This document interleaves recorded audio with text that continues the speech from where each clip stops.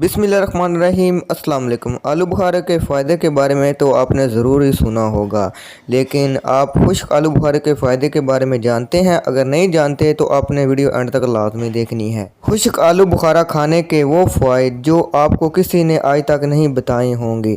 तो आज की वीडियो में मैं आपको खुश्क आलू बुखारे के फ़ायदे के बारे में बताऊँगा, इसलिए वीडियो आपने एंड तक लाजमी देखनी है। वीडियो शुरू करने से पहले हमारे चैनल को सब्सक्राइब करें और साथ ही बेल आइकॉन को दबा दें ताकि हमारी नई आने वाली वीडियो का नोटिफिकेशन आपको मिल सके। खुश्क आलू बुखारा खाने में बहुत मज़ेदार लगता है और इसे खाने में ज़ायके के लिए भी इस्तेमाल किया जाता है, लेकिन साइंसदानों का कहना है कि आलू बुखारा सेहत के लिए बहुत ही ज़्यादा मुफीद है। लेकिन इसे खुश्क करके इस्तेमाल किया जाए तो ये कई तरह के कैंसर और बड़ी आंत के कैंसर के लिए बेहद मुफीद है।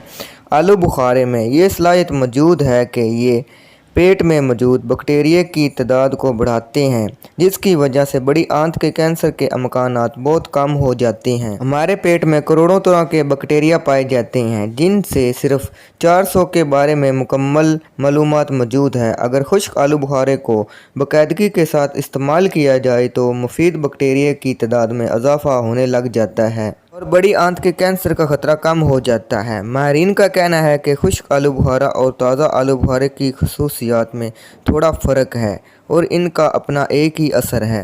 खुश्क आलू बुखारे में गिलने वाला और ना गिलने वाला दोनों तरह का फाइबर पाया जाता है, जो कि ताज़ा आलू बुखारा में नहीं होता।